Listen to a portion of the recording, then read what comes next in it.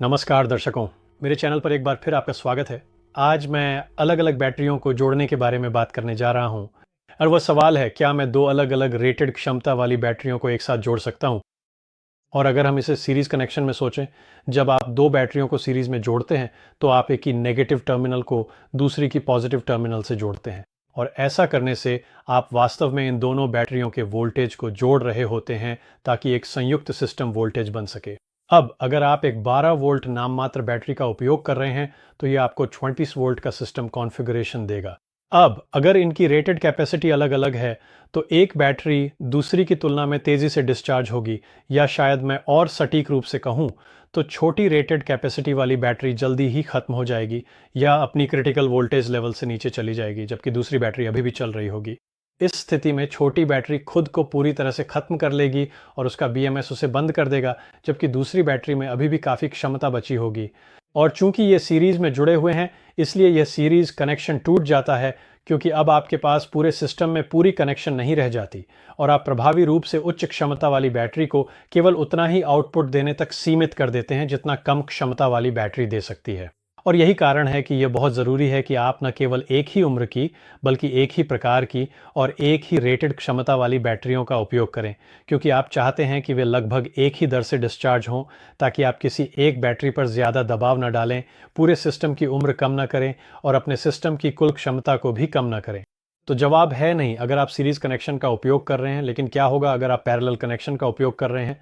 तो पैरेलल में एक बार फिर याद दिला दूं, एक बैटरी के पॉजिटिव टर्मिनल को दूसरी बैटरी के पॉजिटिव टर्मिनल से जोड़ना और फिर नेगेटिव को नेगेटिव से जोड़ना, यही पैरेलल कनेक्शन है। इस स्थिति में कुल एम्पियर घंटे एएमपी आवर्स बढ़ जाते हैं, लेकिन सिस्टम वोल्टेज 12 वोल्ट ही रहता है। मान लेते हैं कि हम 12 वोल्ट बैटरियों की बात कर रहे हैं। तो जब आप बैटरियों को पैरेलल में जोड़ते हैं तो उनकी वोल्टेज वास्तव में थोड़ी अलग हो सकती है, क्योंकि उनमें स्वाभाविक रूप से अपने चार्ज को बराबर करने की प्रवृत्ति होती है। अब ये बैटरी ज़बरदस्त 460 एम्पियर घंटे के लिए रेटेड है, जो कि अगर मैं इसकी पूरी क्षमता का उपयोग करूं तो लगभग 5888 वॉट घंटे के बराबर होना चाहिए।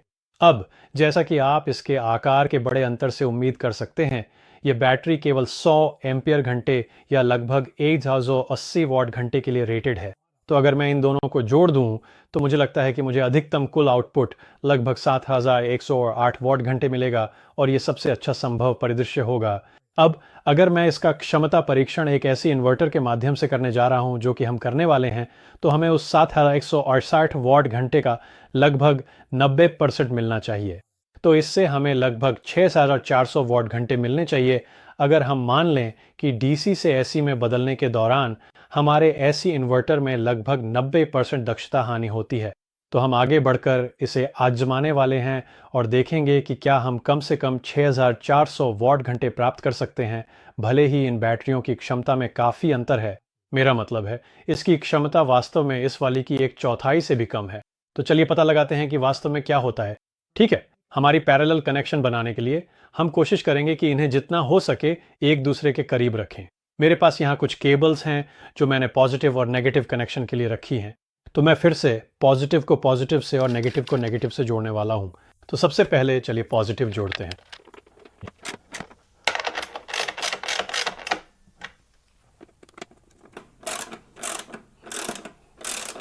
ठीक है, अब मैं इन्हें पूरी तरह से टाइट नहीं कर रहा हूं, क्योंकि मुझे बैटरियों से बस बार तक कनेक्शन बनाना है ताकि मैं इन्वर्टर को पावर दे सकूं।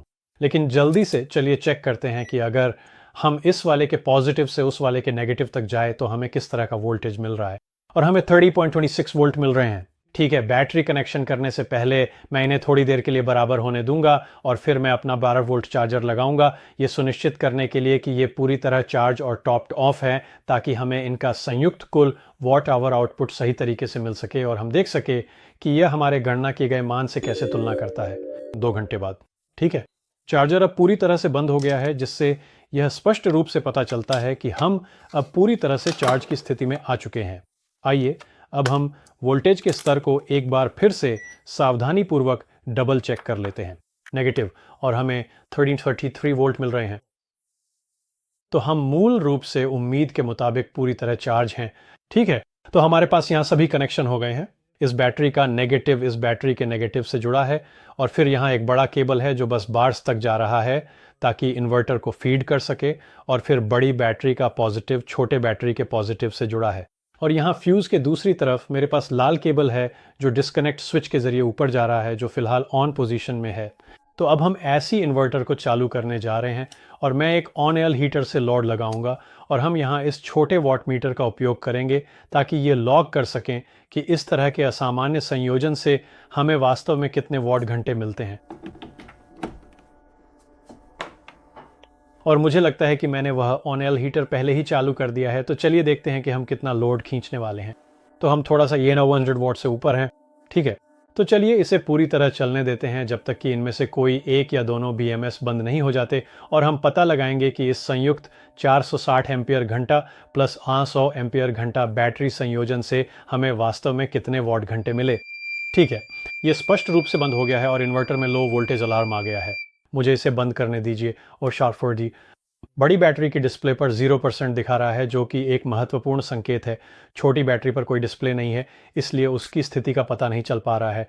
तो मुझे इस वॉट मीटर को सीधे ग्रिड पावर से कनेक्ट करने दीजिए ताकि हम इसकी कार्यप्रणाली को ठीक से समझ सकें। ठीक है, चलिए देखते हैं कि हमें यहाँ क्या मिला। ठीक है, अगर आप देख सकते हैं 6370 वॉट घंटे, और हमने जो अनुमान लगाया था वह लगभग 6400 वॉट घंटे था, तो हम लगभग सही निकले। हम केवल 30 वॉट घंटे कम रह गए। तो इसका क्या मतलब है? खैर, इसका मतलब यह है कि जब आप दो बहुत अलग क्षमता वाली लिथियम आयरन फॉस्फेट बैटरियों को पैरेलल में जोड़ते हैं तो आप क्षमता नहीं खोते, लेकिन इसमें एक चेतावनी है जिसे मैं आपको बताना चाहूँगा।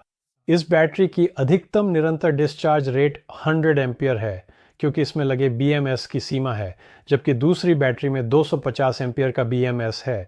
इसलिए आपको उन बैटरियों को मिलाने में थोड़ा सावधान रहना चाहिए जिनके BMS आउटपुट में काफ़ी अंतर हो। इस मामले में मैं सिस्टम से कुल मिलाकर केवल 80 से 90 एम्पियर ही खींच रहा था, तो इन दोनों बैटरियों में उसे बांटना कोई समस्या नहीं थी। और हाँ, इसमें बिल्कुल भी कोई दिक्कत नहीं आई। लेकिन अगर मैं और ज़्यादा लोड डालता, अगर मैं इसे पूरी क्षमता तक ले जाना चाहता और मान लीजिए 200 एम्पियर का डिस्चार्ज रेट लेना चाहता, तो ये समस्या हो सकती थी, क्योंकि ये बैटरी इतना लोड नहीं झेल सकती और इसका BMS बंद हो जाता और ये बैटरी इसे संभाल ही नहीं पाती। लेकिन जब तक आपके BMS लगभग एक जैसे हैं, यानी उनका लगातार आउटपुट रेटिंग लगभग बराबर है, तब तक आप दो अलग अलग रेटेड एम्पियर घंटा या वॉट घंटा क्षमता वाली बैटरियों को एक साथ जोड़ सकते हैं, बशर्ते दोनों की केमिस्ट्री एक जैसी हो। तो आप लिथियम आयरन फॉस्फेट को लिथियम आयरन फॉस्फेट के साथ या लेड एसिड को लेड एसिड के साथ जोड़ना चाहेंगे, लेकिन आपको यह सुनिश्चित करना है कि बैटरी की केमिस्ट्री मेल खाती हो। ठीक है, तो जाहिर है आप ऐसा बिल्कुल कर सकते हैं और इसमें आपकी क्षमता भी वाकई कम नहीं होती। आपको सबसे छोटी सामान्य क्षमता नहीं लेनी पड़ती, जैसा कि सीरीज में जोड़ने पर करना पड़ता है। तो आप ये बिल्कुल आसानी से कर सकते हैं। बस इस बात का ध्यान रखें कि BMS की लगातार अधिकतम डिस्चार्ज रेट में काफ़ी अंतर हो सकता है। आपको वहाँ थोड़ी सी समस्या आ सकती है, लेकिन जब तक आप इन चीज़ों को उनकी अधिकतम सीमा तक नहीं ले जा रहे हैं या BMS की डिस्चार्ज रेट में कोई ख़ास फ़र्क नहीं है, तब तक मुझे लगता है कि आप यह बिल्कुल ठीक तरीके से कर सकते हैं, और यह आपके बजट के अनुसार धीरे धीरे जोड़ना भी आसान बना देता है। अगर आपको किसी बैटरी पर बहुत अच्छा सौदा मिल गया है, जो शायद दूसरी बैटरी से थोड़ी बड़ी या थोड़ी छोटी है, और आप उन्हें पैरेलल में जोड़ रहे हैं, तो संभावना है कि सब कुछ ठीक ही रहेगा। तो अगर आपको यह जानकारी थोड़ी भी मददगार लगी हो, तो कृपया मुझे एक थम्स अप ज़रूर दें। मैं इसकी बहुत सराहना करूँगा। इस वीडियो में मेरे साथ जुड़ने के लिए धन्यवाद। आशा करता हूँ कि अगली बार फिर आपसे मुलाकात होगी।